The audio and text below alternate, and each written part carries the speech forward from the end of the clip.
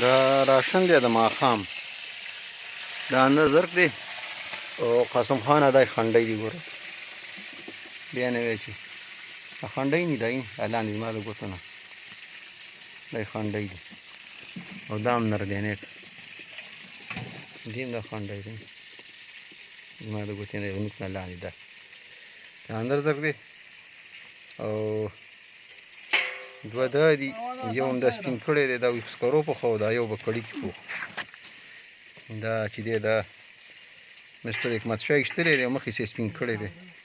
چېرته زرخان بیا نه ویشتلي مخکې نه چې داسې دادي وه دا ښایسته زرک ایستلی دی شنه یې خوړلي دي او بس دا به ماښام خورو د خیره څه هلکه دا جوس خلاص دي که شته دا زمونږ کوکینګ پلیټ دی هلکه زرکان ډېر دی دې کې دغه مه اچوئ لوب کې مه اچوئ ولې دا خو دا لوب کې موږ دغه دپاره څه دپاره شوشه دپاره نه هسې یم خواښې ولې زما مرغوم داسې باقی راغوستې باقی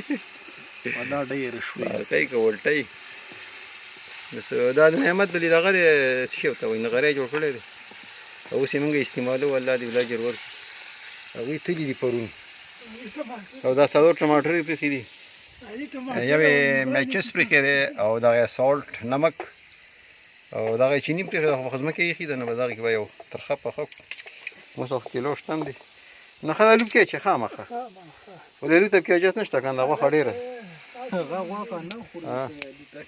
چې غوښه نه خوري زه بیا پکې واچوه بیا پکې درې واچوه موږ به یې وخورو غوښه به موږ وخورو غاړې کمر ته وګوره که او دا چرۍ دی شلخی دی خو کار کوي یاره والله چې